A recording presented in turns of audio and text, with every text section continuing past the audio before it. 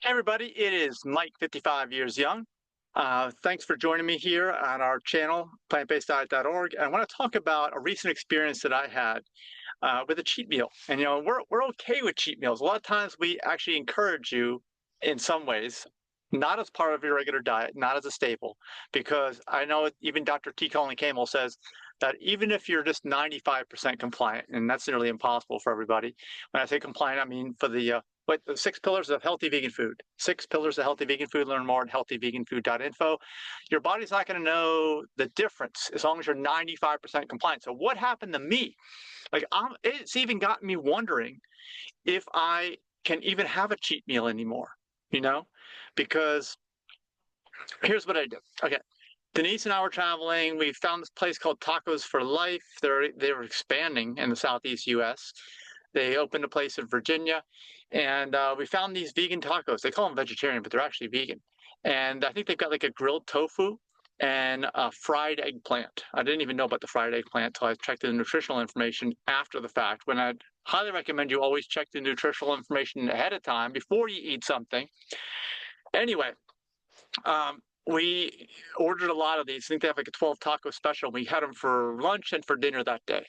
Figuring, hey, it's just a cheat meal. It's not that bad. There's no cheese in it, no vegan cheese or anything either. There's just that wrapper, which I know all these the soft taco wrappers can be somewhat fatty.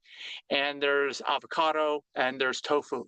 And I know those are cheat things. Avocados and tofu, you got to have almost none of them. They're high fat. They're way it's easy to make the whole thing, the whole package to be more than 10% calories from fat, which is the limit for healthy vegan food, 6 pillar healthy vegan food. So anyway, I ate them. Felt good, felt great actually. No problem. Tasty. We loved them. But then the next day, later that night and the next day, I started feeling some heart issues. I'm like, oh man. And just I know when I have a heart issue because I never have a heart issue. And I remember I was thinking the last time I felt like this was ever.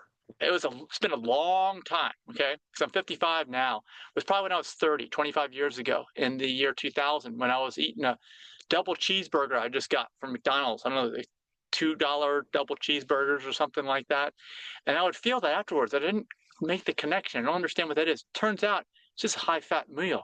Even one high-fat meal can throw you for a loop. It could kill you. A lot of people do have a stroke or heart attack shortly after or within a number of hours after a particularly high-fat meal. I was like, it couldn't be that. How bad could those tacos be? I mean, they're grilled tofu, seared tofu, and avocado, and tons of veggies in there. Not even any fake meats or cheeses, you know? I mean, it looks like good stuff, like mostly whole foods, right? Well, as I know, I hear, raw vegans saying how great they are and they're doing the best they can when they have zero standard for fat. I've pointed that out a number of times before, and that's why we have one of our 6 pillars is, of course, no added oil. That's 100% calories from fat, but your finished dish needs to be no more than 10% calories from fat, and there's a good reason for that. Nuts, seeds, avocados. Those are the reasons. All raw foods. So anyway, the next day in the morning and even through most of the day, I felt it again. I told Denise, I'm like, I'm feeling this pain in my chest. It's not a stinging pain, just anything. Because I never feel anything in there. Everything flows and works the way it should. Don't have any problems. But I was like, I got to look this up. Now that we got the LLMs, which is language learning models, which is Grok or ChatGTP, one of those things, AI, right? I was like, I just type it in. What these seared tofu tacos at Tacos for Life? Give me the full nutritional information. Turns out I run all the calculations and everything, look at them. Sodium wasn't that bad, actually, surprisingly. Not bad at all. But the fat, guess what? It was almost 50% calories from fat. I tell people that most foods are 30 to 40% without even looking at them. Maybe I am underreporting to people because I'm saying when I say 30 to 40% for most prepared foods, I'm talking about a lot of animal products and other things. This is 100% plant-based, and it's 50%, just under 50% calories and fat. And if we would have gotten the what was it, eggplant or zucchini? I can't remember what it was. They're fried. veggies. That would have been like 75% calories from fat for the whole dish, not just one thing, the whole dish. Okay, the whole taco. It's bad news. So yeah, right away I realized, I don't know if I can have a cheat meal like that. I gotta look at the nutritional information of everything I eat. And thanks to the LLMs, it's easy. It takes a millisecond for you to get that information. There's no thought involved. You just type in what you're having at what restaurant, say, give me the full nutritional information. You can say, give me the percentage of calories from fat, give me the sodium. Those are the two most critical things you're looking for because it's all high fat, high salt out there. So anyway, that was my experience recently. That was last weekend, and I made it through, and I'm still alive, and I learned my lesson, which is you got to watch that. It wasn't even. I ate a lot of calories. I ate a lot of tacos, but the key here, the key problem in everything that I did there last weekend, 9 days ago, was that all the food I ate was about half of the calories coming from fat.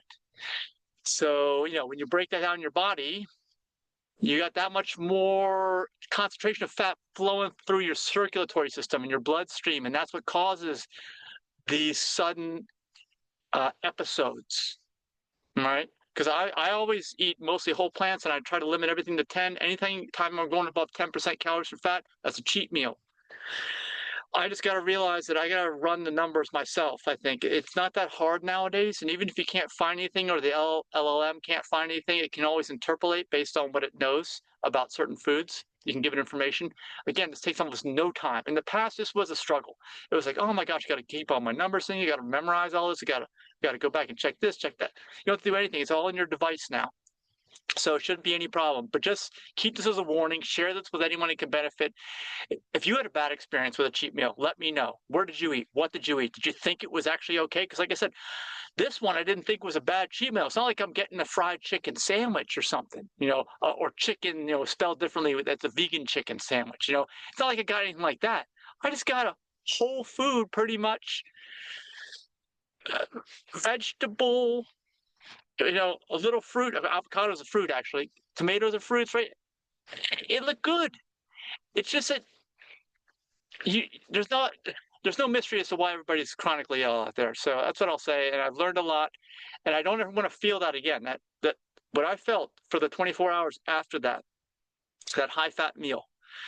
I don't want to feel that again. I don't want anybody to feel that again. I don't want anybody to have to go through that. And that's why I'm making this video. So give me a comment, give me a like, and definitely share it with somebody that can benefit. And I'll see you in the next video. Bye-bye.